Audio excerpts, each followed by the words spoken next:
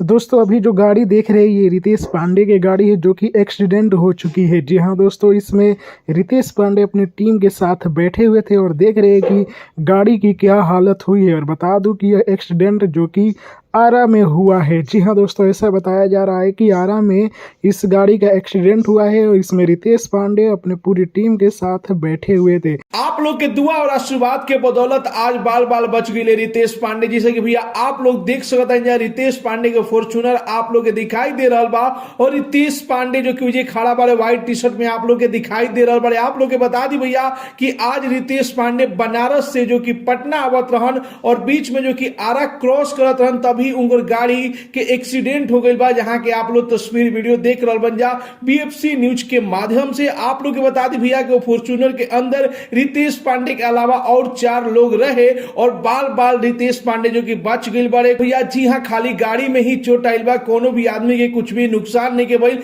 ई बस आप लोग के दुआ और कृपा के बदौलत जो कि रितेश पांडे आज बाल बाल बच गए बड़े। जैसे कि आप लोग देख रहे बन जा कि रितेश पांडे जी जो कि खड़ा बड़े और मोबाइल से केहू से बात कर रहे बड़े। इस सीन जो कि आरा के है, जब आरा क्रॉस करत रहे रितेश पांडे तो उनका गाड़ी फॉर्च्यूनर के एक्सीडेंट हो गई बा। आप लोग भी देख सकते हैं कि आगा जो कि काफी ज्यादा गाड़ी के नुकसान पहुंचल बा और थोड़ा सा और कुछ हो जाए तो बहुत ज्यादा दुर्घटना हो सकत रहे। लेकिन आप लोग के आशीर्वाद और दुआ चिकरा भी साथे रही, उनका कुछ ना हुई। फिलहाल में आप लोग और भी दुआ और आशीर्वाद दीजिए कि रितेश पांडे के जो भी हल्का फुल्का चोट आइल बा पूर्ण रूप से स्वस्थ हो जा रितेश पांडे जी।